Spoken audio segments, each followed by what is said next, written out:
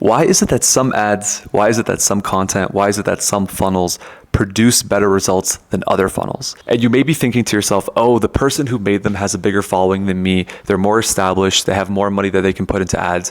All of those things might be true. However, there's one thing that you're probably not considering that's making these things far more successful than any campaign that you've ever run before in the past. That one thing that I'm talking about is called messaging. We both know that talking to your audience is important, but even more important than that is the way that you speak to them, because the way that you speak to them creates resonance, and resonance is the thing that ultimately gets them to trust you, and trust is what gets them to buy from you. So what I want to do over the next 5 minutes is actually show you simple questions that you can answer that's going to help you to get super clear on your messaging, that's going to allow your ads, your funnel, and your content to produce significantly better. And I also want to show you exactly why your content, your ads, and your funnels aren't working right now by showing you how the market works. So let's get into the iPad, let's break this down, and let's start making you a lot more money. So before we discuss how it is that you could speak to the individual that's existing within your market, let's talk about the different people who are actually within your market, okay? So let's assume that we have this funnel right here. And then what I want you to do is picture that your market exists in different segments, okay? The first segment that we have is what we like to call the in-market demographic, okay? In-market, these people are really special because they are only about 3 to 4%.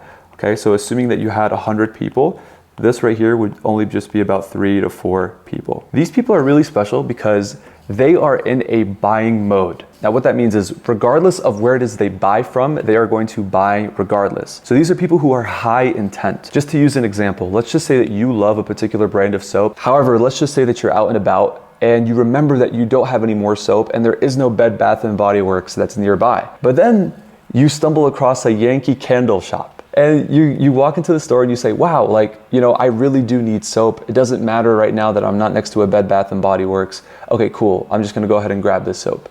This right here represents the thinking of an individual who's in the in-market demographic. So these people right here are the hottest leads that exist currently within your market. And these are the people that you want to speak to directly within your ads, your messaging, and your content. The next group of people is a much bigger demographic, and it accounts for about 30% of your total market. And these are people who we like to call needs convinced. These are people who are curious about the problem that they have. They recognize that they do have a problem and they are curious about having the solution for it. However, they're not in a state yet mentally where they are going to be buying. Of 100 people, 30 people are in the need convinced, 3 to 4 people are in the in-market demographic.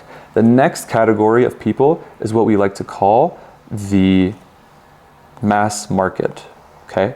The mass market is also about another 30%. And the people who are in the mass market are people who generally have an awareness of the product that you are trying to sell. So these are people who, for example, know about soap. They don't, for example, know about the benefits of African soap. These are people who just have a general understanding of what the product is, not the niched down specific solution that you are trying to sell. And then the last group of people within this market segment is going to be people who are just completely unaware. These are people that, regardless of how much you do or how much you try and convince them, these are people who won't be buying from you. They're just not your ideal demographic. Now, the reason why we're talking about this is because it's super important for you to be aware of who you should be speaking to within your messaging. These are the people in the beginning right here that you just want to be targeting. If you are targeting these people right here within your ad copy, within your funnels, within your content in general, you're going to be spending significantly more money. You're going to be getting a much less return on your investment. And at the same time, you're not going to be converting as many people. You have to speak to these people first and foremost,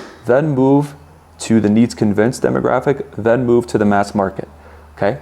As you go up and up this ladder, you're going to be spending significantly more money in order to secure a return on your investment. Now let's talk about the exact questions that we can be asking ourselves in order to really prime our messaging for both our content, our ads, and our funnels. So we have 5 simple questions here that we can use in order to really hone in on who we're going to be speaking to within the in-market and the needs convinced demographics. Now, a secret tip for you that you can use is based off of the different segments within the market, you can actually change your funnels, your ad copy, and your content so that it could be more in alignment with people who are ready to buy soap now versus people who just know about Black African soap. So the first question, and I actually already gave you a hint, is actually just going to be who. So if you were to close your eyes and imagine who this individual was, you want to describe this individual as if you're describing it to like a police sketch artist. You're going to close your eyes and then you're going to ask yourself the question of, what are their demographics, right? What are their psychographics? What are their beliefs, their fears? What keeps them up at night? Not just who they are on the outside, but actually who they are at their core. Now, once you have that, you're gonna go ahead and move to the second question,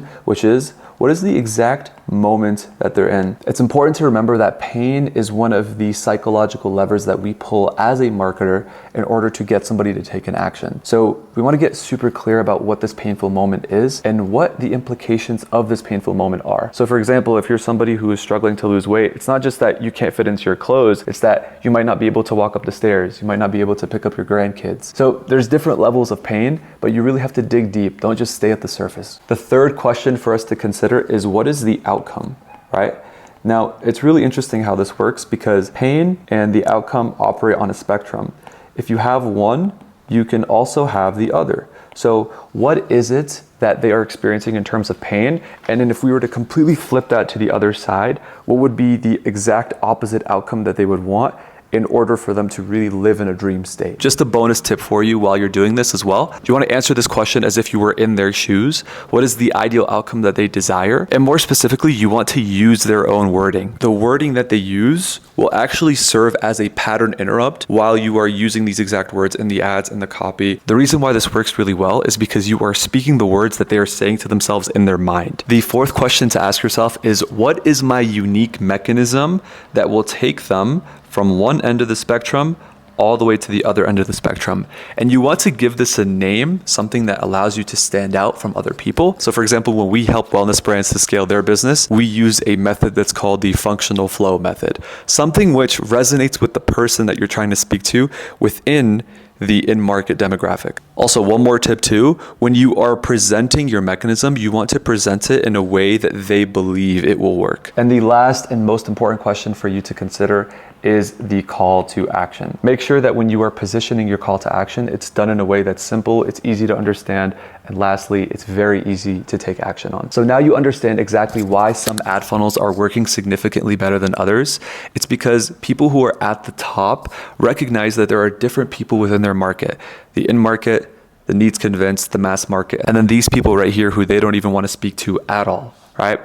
And what really successful people do is that they actually create different funnels, different content, different ads for each and every single one of these different segments within the market. Once they understand who, the moment that they're in, the outcome that they want, the mechanism that they have to provide a solution, and then they provide different calls to action, this person now puts themselves in a position where they can reach the right people more often than not. And that's what leads to their success. So if you enjoyed this video, chances are that you're going to absolutely love this video right here. I just have a really good feeling about that.